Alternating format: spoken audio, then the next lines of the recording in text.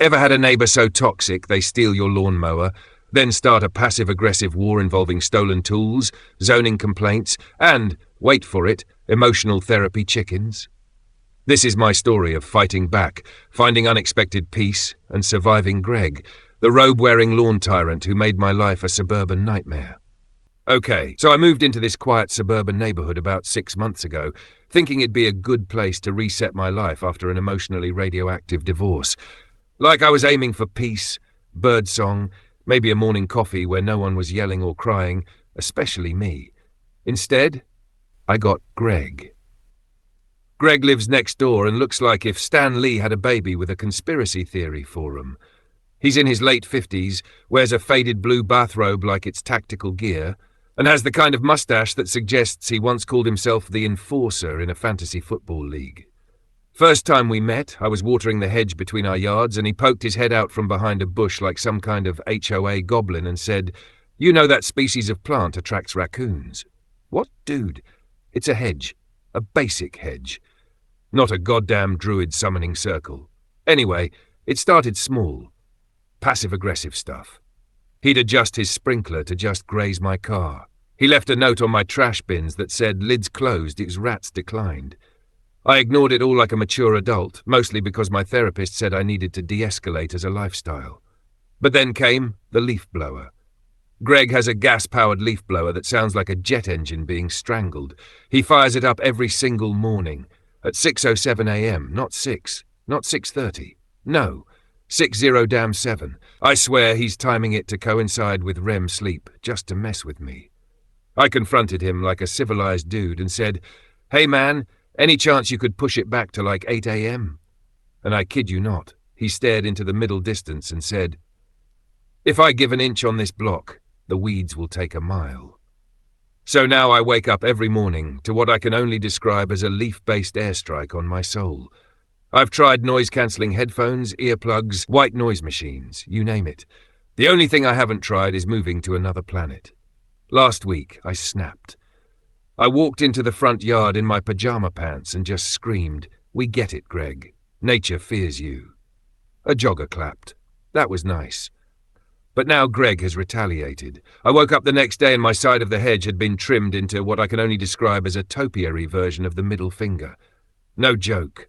I'm trying to be the bigger person here, but I'm starting to feel like I'm in some kind of suburban Cold War, and the Geneva Convention doesn't cover lawn disputes. So, Reddit. ATA for finally losing it, or is Greg the real villain in this quiet war of turf and testosterone? All right, Reddit, grab your popcorn and possibly a pair of noise-cancelling headphones, because Greg is back, and somehow more aggressive than ever. Let me catch you up. After the leaf blower debacle and the middle finger topiary still standing, my Amazon package guy took a selfie with it. I tried the noble route, peace. I even dropped off a bag of those fancy biscotti cookies from Trader Joe's on his porch with a handwritten note that said, "Maybe we're not so different, you and I."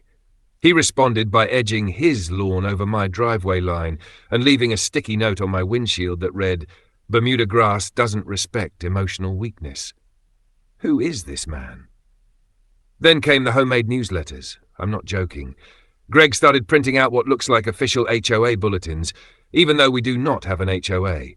Each one is titled Civic Vigilance Weekly and includes hard-hitting journalism like unmowed yards and the fall of Rome, invasive species, are you harboring floral terrorists, why fences should be taller, metaphorically and literally. He slid one under my door with a highlighted section about nocturnal car idling, a clear shot at me eating McDonald's in my driveway while contemplating my life at 11 p.m. At this point, I started feeling trapped, like I'd been drafted into a neighborhood feud I never enlisted in. The stress had me clenching my jaw so much I chipped a molar on a peanut M&M. My dentist now calls me Combat Chomper. Great. But then, I had a moment. It happened in therapy while I was mid-rant about Greg and his bathrobe of tyranny. My therapist, shout out to Dr. Mason, she's 4'11" of absolute wisdom, said, "If your neighbor is writing the story of your mornings, maybe it's time you grabbed the pen." It sounded like a Pinterest quote, but it hit hard. I'd been living reactively, letting Greg dictate my peace, my vibe, my blood pressure, No more. That night, I took action. I printed a lawn sign and posted it proudly. My lawn is not a democracy. Stay off the grass. I mowed diagonally just to give Greg's rigid little soul a panic attack. I trimmed the hedge into a spiral. A spiral. It looked like a Salvador Dali fever dream. Greg stood on his porch with binoculars for 20 minutes. I waved. He did not wave back, but that wasn't the best part. The best part? I started journaling again. It started as just rants about Greg, but turned into actual thoughts about what I want. About how I've spent the past year reacting to everything. The divorce, the move, the lonely quiet nights filled with microwave dinners and YouTube rabbit holes. For the first time in a long time, I started thinking about who I am when I'm not dodging emotional airstrikes. And yeah, okay, maybe I did sign up for a kickboxing class called Fight Club for the Anxious. Baby steps. Then Greg dropped the nuke. He built a custom bird feeder tower like with spotlights and aimed one of the motion sensor lights directly at my bedroom window. Now every time a squirrel twitches near a peanut, my room lights up like the end of Close Encounters of the Third Kind. I confronted him again. Calm this time. I said, Greg, man to man, this is harassment. His response? You want darkness? Then don't live in the light of civic responsibility. What even is that? A Bible verse? A Batman quote? Is he in a cult? Anyway, I'm not done. This isn't over. But something in me shifted. Greg's not just some lunatic in a bathrobe anymore. He's a symbol of every little thing I've let get under my skin, of every time I didn't speak up, of every piece of myself I gave away in the name of keeping the peace. Screw that. Next week, I'm getting chickens. Emotional support chickens. One of them will be named Cluck Norris, and together we rise. When I say I didn't expect my life to turn into a poultry-fueled power struggle with a man who wears a robe like it's a military uniform, I mean it. I used to be a quiet guy. I used to care about peace. I used to own 0 chickens. Now I have 4. Their names are Cluck Norris, the general, Benjamin Franklin, the thinker, Princess Leia, and Agatha Christie, mysterious, possibly feral. Yes, my therapist knows. Yes, she's concerned. No, I'm not stopping. So here's what happened. After the bird feeder turned sun weapon situation, I hit my breaking point. My therapist suggested channeling my energy into something nurturing. Most people might go for bonsai trees. I chose combat poultry. I bought a prefab chicken coop from Craigslist. Greg watched the delivery with binoculars and a frown so deep it probably touched bone. I waved. He didn't wave back. Again. By the end of the weekend, the coop was up, the chickens were installed, and I had printed a sign that read, "Licensed therapy chickens don't cluck with my peace." Greg, of course, retaliated. 2 days later, I came home to find a handwritten complaint taped to my door. It said, "Backyard livestock is a gateway to domestic chaos. First chickens, then goats, then anarchism." Bro, what? I ignored him. I was thriving. I even went on a date for the first time in months, a woman from a local meetup group called Introverts Who Go Outside Sometimes. It went okay. She liked Cluck Norris. That's what mattered. Then came the escalation. Again. I woke up one morning to find my backyard had been blasted with a mysterious foul-smelling powder. The chickens were fine. I was not. I confronted Greg. He was outside raking his lawn like it had offended him in a past life. I said, "Greg, what the hell did you throw in my yard?" He said, "Diatomaceous earth. Keeps parasites out, including the emotional kind." I am 87% sure that was a jab at me. Later that day, I noticed a drone hovering over my chicken coop. A drone. I swear on every egg in this house. He bought a freaking spy drone to monitor the health of local bird populations. He said this while wearing a bathrobe and Crocs with socks. I told him if that thing flew over my yard again, I'd teach Cluck Norris how to use a slingshot. He told me chickens lack the motor control for ballistic weaponry. I told him to go touch grass.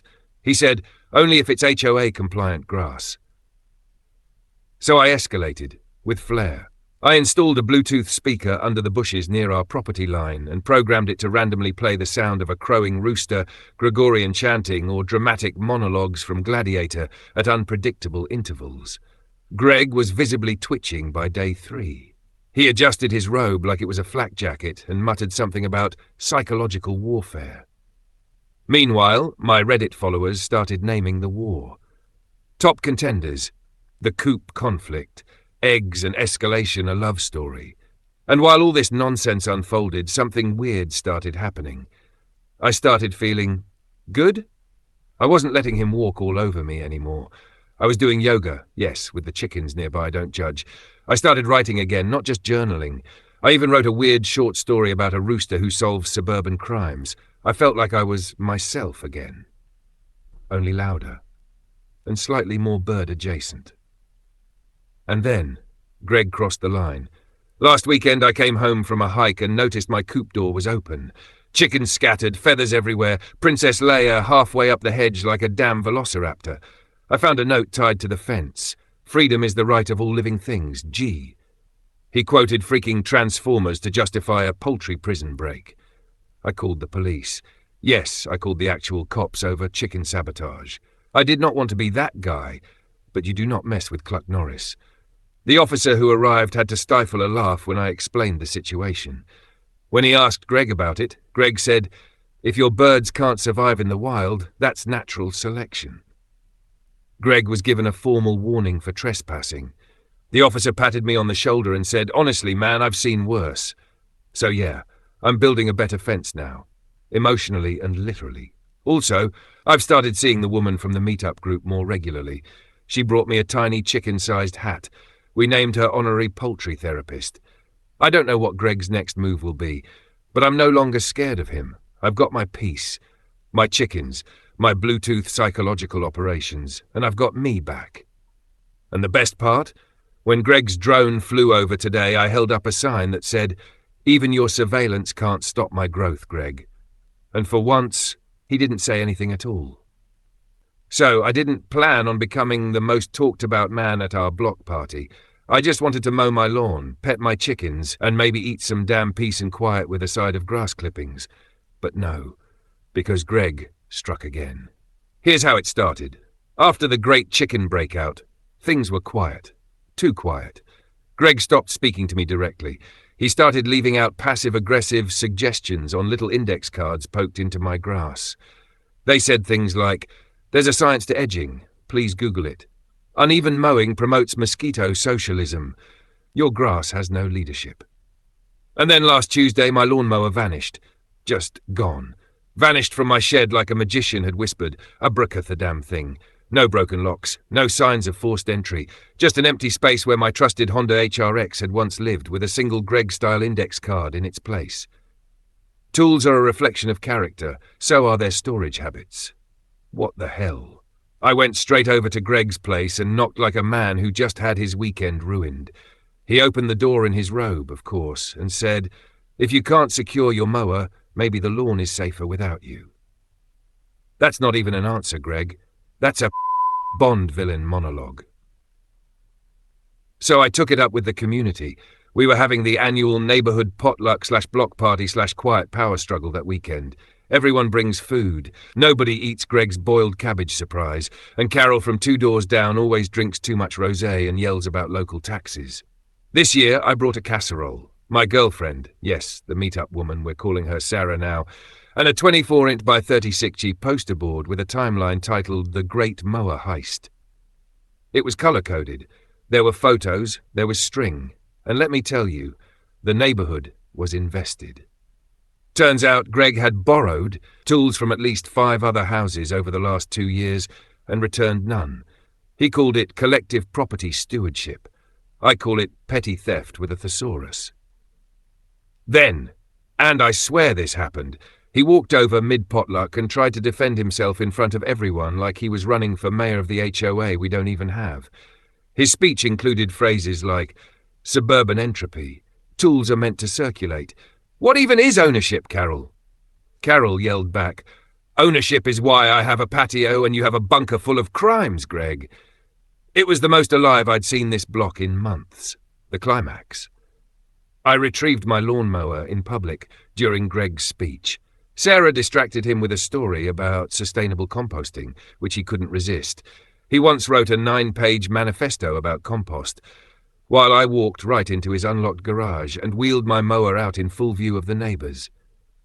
He turned mid-sentence and shouted, "That's private property," to which I responded, "Yeah, mine." The crowd cheered. It was a movie moment. I could hear slow clapping. Someone yelled, "Justice for the grass." I made that part up, but emotionally it was there. Then I made a speech, unplanned, from the heart, or maybe the spleen, the part that stores rage. I said, we all came here for peace and casseroles and maybe some light gossip, but what we've built over the years isn't community. It's a Cold War with extra landscaping. I don't care if your edges are perfect or if your mulch smells like French lavender. I just want to live in a neighborhood where we knock, not steal, where we talk, not spy, and where nobody builds a trench around their begonias like it's the Battle of Verdun. Pause. Silence. A chicken clucked from my yard. Then Carol stood up and slurred, "Let him build the damn coop extension," and someone checked Greg for bolt cutters. I love Carol. The aftermath? I got my mower back, with only one mysterious scratch. Sarah and I were unofficially voted least likely to start a HOA cult. Greg hasn't spoken to me since, but he did put up a new sign that says, "Trust is a two-way hedge." So that's something. Also, I'm building that coop extension. For the chickens, for my peace, for emotional stability, for justice. One morning I step outside to toss feed to Cluck Norris and the squad, only to find a bright yellow envelope taped to my fence. At first I thought it was another one of Greg's home HOA fanzines. Nope, it was a real letter, from the city planning department. Apparently, Greg had filed a formal complaint accusing me of 1. Harbouring unauthorised livestock, rude. 2. Creating an environmental hazard through organic waste, translation, chicken poop. 3. Operating an unlicensed emotional poultry therapy centre. Okay, that one's kind of true, but still, how dare. He really submitted it under the name Citizens for Lawn Order. Lawn Order. Oh, is this man? I panicked. Then I spiralled. I googled urban livestock ordinances at 2 a.m. like a man on the edge. I called City Hall so many times they started answering with, "Is this the chicken guy again?" Sarah tried to talk me down by reminding me this was just a zoning issue, not a federal indictment. But I was already halfway through drafting a letter to the United Nations Commission on Peaceful Suburban Chicken Integration. She gently took my laptop away. But here's where it got real. Greg didn't just want my chickens gone. He wanted me unplugged, peaceless. Emotionally defanged, probably replaced by a Stepford husband-style lawn drone with perfect edge lines and no sense of humour. And for a moment I almost caved. I even drafted an ad to rehome the chickens. Then it happened.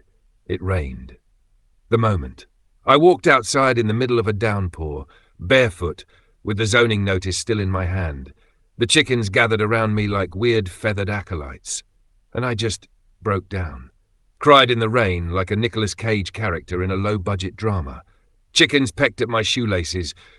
Cluck Norris tried to eat the zoning letter. Agatha just stared at me like she was judging my soul. And in that soggy, absurd moment, I laughed. I laughed because this is who I am now. The guy crying barefoot in the rain, surrounded by semi-feral therapy poultry. And somehow, that guy felt more honest than the version of me who spent years pretending everything was fine. So I fought back. Legally. I got help from a local animal rights volunteer named Marcus, who smelled like patchouli and victory. Turns out our town does allow backyard chickens. Up to 5, as long as the coop is within zoning setbacks and the birds aren't used for commercial purposes. Emotional therapy doesn't count. We checked. I filed a counterclaim. Attached photos of the chickens being wholesome. Included testimonials from Carol, they're cuter than Greg and less aggressive, and a little girl down the street who said, "Cluck Norris helped my nightmares go away." Boom. Filed. Stamped. Denied, Greg. But that's not even the best part. The city sent a rep to do an inspection. She arrived just as Greg was vacuuming his sidewalk in full camo rain gear. I wish I were making that up. She looked at my coop, took one glance at Princess Leia perched on a decorative gnome and said, "Honestly, this is adorable." Victory. Officially, clinically, bureaucratically. The end of an era. Greg hasn't spoken to me since the ruling came through. He did, however, build an 8-foot wooden sculpture of a perfectly mowed lawn and placed it near the fence line. It's labelled, "What Order Looks Like." I respect the dedication, even if he's definitely spiralling. Meanwhile, Sarah and I are stronger than ever. The chickens are thriving. Henjamin Franklin laid an egg shaped like Idaho. I'm teaching a free workshop on urban coop building and inner peace at the local library. I bought a second raincoat, just in case of future cinematic breakdowns. And Greg, he can watch from his porch, in his robe with his binoculars, all he wants. But this is my coop, my peace, my life. And no zoning ordinance or passive-aggressive robe general is taking that away again. So, after months of turf wars, stolen tools, zoning battles, and rain-soaked breakdowns, something unexpected happened. Greg showed up, with brunch. The day started weird. I was out front fixing a busted fence panel, and Greg shuffled over, robe still on, but looking less like a military general and more like a guy who just lost a war, which, honestly, he did. He held a paper bag that smelled like coffee and slightly burnt toast. He said, almost sheepishly, "Look, man, maybe I went too far. I brought a peace offering." I blinked. Was this a peace treaty or a passive-aggressive trap? Turns out it was a brunch. The awkward brunch summit. We sat on the lawn chairs I'd painstakingly cleaned after the chicken coop chaos. He handed me a container with some surprisingly decent homemade quiche. We talked. For the first time in a year, not about lawns or chickens, but about life.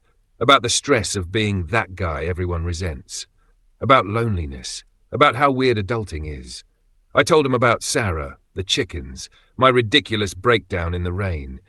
He told me his bathrobe is his armor against the chaos. I'm convinced it's just a bathrobe. Then the chickens stole the show. Princess Leia strutted in like she owned the place. Spoiler, she does, and hopped up on Greg's lap. Greg froze. Cluck Norris clucked approvingly. Henjamin Franklin gave an approving head tilt. Greg laughed. Not a fake laugh, a real one. And suddenly, the ridiculousness of everything, the petty wars, the drone spying, the zoning letters, felt like a distant memory. The closure. We didn't become best friends, but we shook hands. He even offered to help build a new coop extension. I accepted. I invited him to the next neighborhood block party. He said he'd think about it, and for once it felt like maybe peace is possible. The moral of the story? Sometimes your toxic neighbor is just a man afraid of losing control, and sometimes you're just a guy with chickens trying to take it back. But if you keep your sense of humor, your emotional therapy poultry, and your willingness to forgive and eat brunch, you might just find your peace. Thanks for riding the chaos train with me. I'm off to pet my chickens and enjoy my hard-earned peace. If anyone wants tips on coop building, therapy chickens, or how to survive a passive-aggressive robe general, hit me up.